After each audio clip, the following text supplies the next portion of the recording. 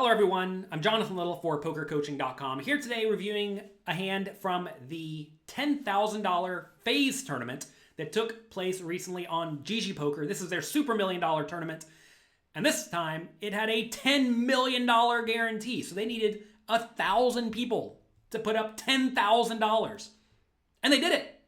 They got $10.9 million in the prize pool total. We're going to be taking a look at a hand from when we were down to 5 players. If you recall from some of the previous hands I've reviewed from the Super Million, the payout structure at the final table on GG is relatively flat, which is, fine and good. Just make sure you understand the tournament structure that you are playing for. We're going to be taking a look at a hand between 3 people today. 3-handed game. Normally, I don't see too many 3-handed pots at the final table, but here we are. First, we have level 29, who has $163,000 in cashes on GG. That is not a ton. You'll see some people who have many, many millions. That said, level 29 has played this $10,000 buy-in tournament 10 times so far. 3 cashes, but no deep runs yet. However, remember, we're down to 5 players, so level 29 is guaranteed at least $543,000. So now, definitely profitable in this game. Also in this hand is Daryl Go. Daryl Go started in the middle of the pack at this final table, and he's had a pretty bad seat, and there's been a lot of short stacks at the table, so he's had to be pretty tight so far. I don't know much about Daryl. This is his first time playing this $10,000 buy-in tournament, and he's already made the final table. Congrats, good work. And then we have Julian Stewart, who is a pretty accomplished player, $2.5 million in cashes on GG, also about $3 million in live cashes. He's played this tournament 18 times with 3 final tables, so absolutely crushing it, and made another final table today, so absolutely crushing this tournament. Let's take a look at this hand. So let's take a look at the chip stacks real quick. We have Steve Austin, the shallow stack, with 15 big blinds. We have Daryl with about 22 big blinds. Level 29 with a medium stack of about 40 big blinds. And then Jay Anderson and Julian Stewart with the big stacks of about 50-ish big blinds, okay? So this is a spot where, so far, leading up to this hand, Daryl has been pretty handcuffed because he has the big stack on his left and there were other shallow stacks here before, and that's forced Daryl to be very tight. Daryl has tried to raise a few times. Every time he raised, Julian 3-bet, and Daryl folded. Pretty annoying, right? This is a spot where, with this King Jack of Hearts, I think you really have 3 options. You could go any direction. You could limp, looking to call any reasonable raise. You would not call if it was a big raise. Tell me more. No, thank you. I do not want to be told more. You could also minimum raise, but that gets pretty nasty if you get shoved on by anyone yet to act or re-raised by anyone yet to act.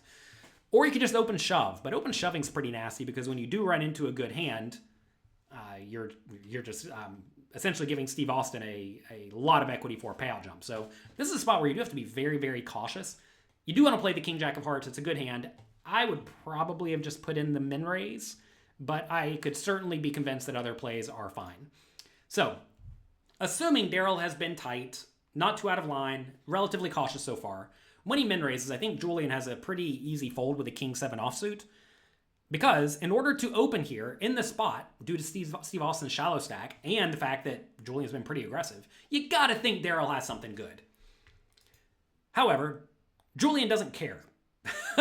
This is a spot where Julian 3-bets anyway. He's going for the bulldozer strategy, which is just absolutely running over Daryl. Now, I understand level 29 has pocket queens here, but assuming level 29 folds, if I'm in Daryl's shoes, I know what I'm doing. I'm taking my chips, and I'm shoveling them all in, happily. Why? Because Julian has been overly aggressive. Even though this is a spot where Daryl should be pretty tight to begin with, and he should be tight because of payout implications, you absolutely cannot just sit here and blind out. And that's kind of what's going to happen if you're raising and then folding out this hand. I also don't think you want to call, because if you call, you're going to get a bad flop a lot of the time where you just miss. You're going to check, Julian's going to bet, you're going to fold, and you're just going to continue getting blinded down, essentially. So you cannot let big stacks completely bulldoze you at final tables, unless there's a really, really shallow stack. And I know Steve is kind of shallow with 14 big blinds, but he's not like sitting there with 3 big blinds. So this is a spot where I think if it folds around to Daryl, I think he just has to rip it in. However, level 29 picks up pocket queens. Woo, what a weird spot for queens. We're obviously not folding. Queens are great. Question is, do we call, re-raise small, or shove? If we call, there's going to be a lot of bad flops, and we're out of position. However, if you get an overpair with pocket queens and the pot would already be, 10 million chips and you only have 23 behind, you can't really fold. So, calling's certainly viable. We could also re-raise small. If we re-raise small and get shoved on, I think we just have to call it off against anyone. I don't think there's a world where we re-raise to like 7 million, Daryl shoves, Julian shoves, and then we fold. I don't think you can really justify that, especially if Julian has been like overly aggressive. Queens are really good. We could also just rip it in. Whenever you run into aces or kings, it's really, really bad, but that happens very infrequently, especially if Julian is 3-betting a ton. Also, if Daryl has aces or kings, yeah, it's bad, but it's not the end of the world. So I think in this spot, I would have just shoved it all in. That said, I could certainly be convinced again that if we look at the payouts, when the payout structure is very, very flat, you should be very inclined to not play for all of your money, especially if you can just kind of hang out and collect a payout jump, and that may be the spot we're in. So I'm not sure what the right play is again. I would have shoved. But I take 5th place a lot too. We also get the trophy sometimes, don't forget. But I take 5th place a decent amount as well. All right, what's level 29 do? I know this hand's taking a little bit of time, but it's a very, very intricate pre-flop spot, right? If you enjoyed this video, do me a quick favor. Click the like and subscribe button below. Also, click the notification bell. Ding, ding, ding, ding, ding. Level 29 does opt to call. All right, we'll see the flop. Over to Daryl now. When level 29 cold calls, that's when you call without putting any money. Before you'd put, what am I trying to say? That is when you call, despite not having put in any sort of additional money like an initial raise, right? I know he's in the big blind, that doesn't count. If Daryl called the 3-bet, that would not be a cold call because he already had the initial raise in the pot, right? Whenever someone cold calls, that's usually really, really strong. Especially if the opponent is like a reasonable player. We're playing a $10,000 buy-in tournament. You got to presume the opponent's reasonable. He's probably not calling with 8-7 suited or pocket 4s, right? So this is a spot where level 29's range has to be pretty strong. So if his range is pretty strong, Daryl should not ever like go all in here with a spot with King Jack of Hearts, because you got to presume, even if Julian's bluffing, level 29 is going to call a lot with aces, kings, queens, jacks, ace, king type stuff. And if that's the case, then, King Jack suited is in terrible shape. You can't presume he's going to fold for 9 million more or 10 million more into a pot that's going to be, 29? It's not happening.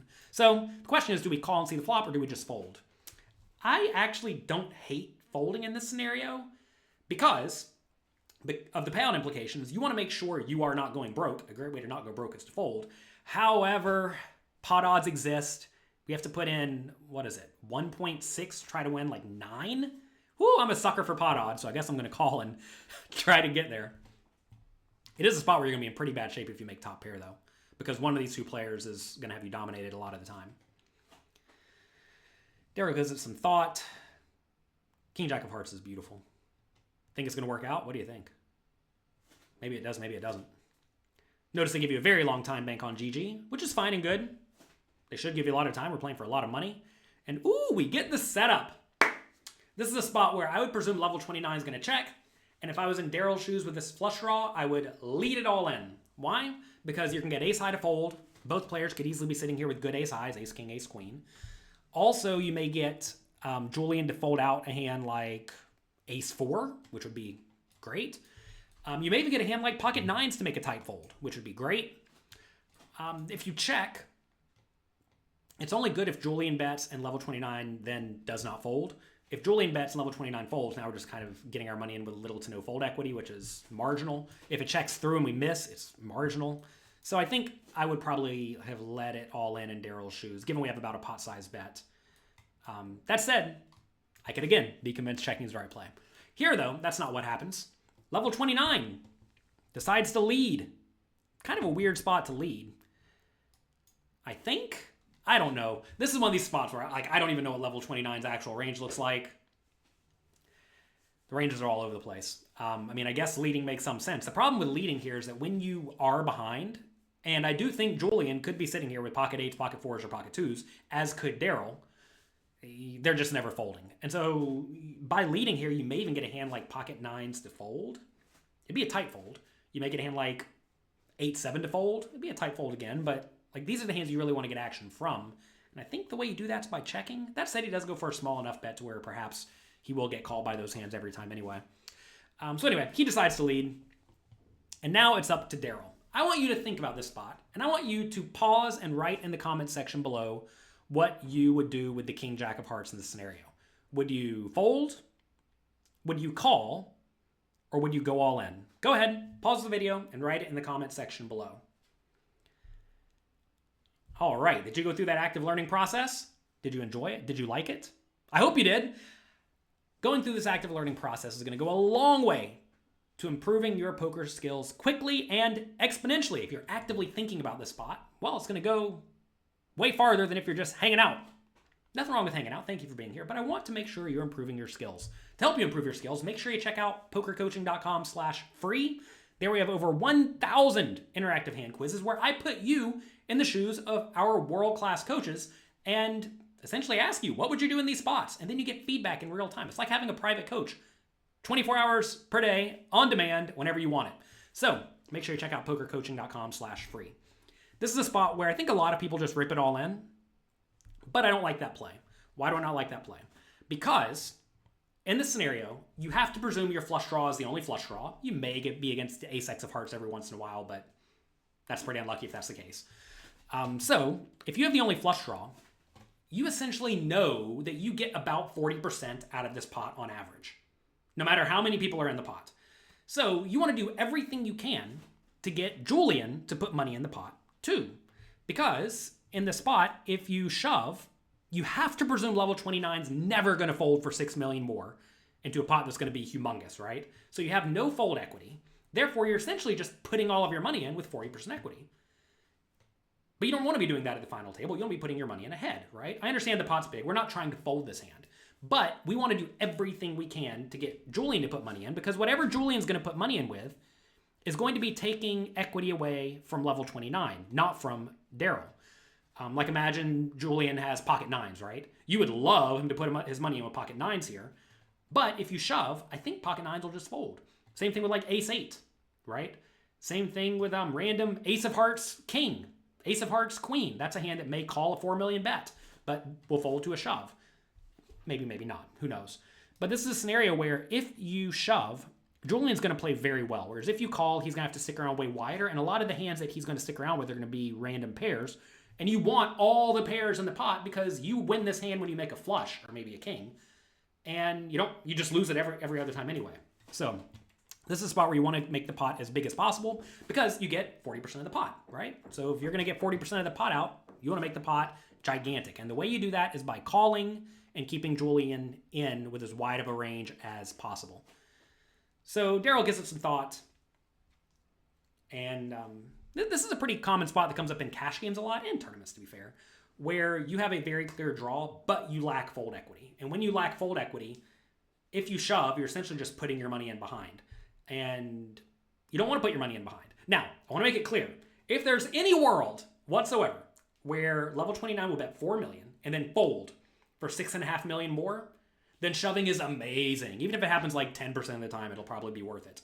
But I think in this scenario, given level 29 cold called the 3-bet preflop and then led on the flop, he's not folding.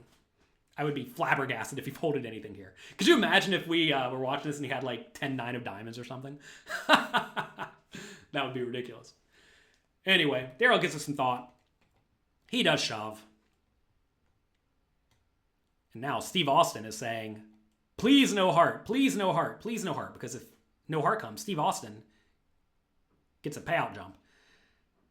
Turns an 8 of diamonds. River is... Ooh, GGPoker lets you peel the cards, sweat it out nice and slow. You think he's going to get there? What do you think? It's red. That means full double up for the King Jack of Hearts. And Steve Austin's emote icon here says it all. So sick. So sick. And, well, Steve does not get the payout jump. And the final table continues. So that's going to be it for today. I hope you enjoyed this hand. Again, if you like this, do me a favor, click the like and subscribe button below. Good luck in your games. Have a great, great week. And I'll talk to you next time.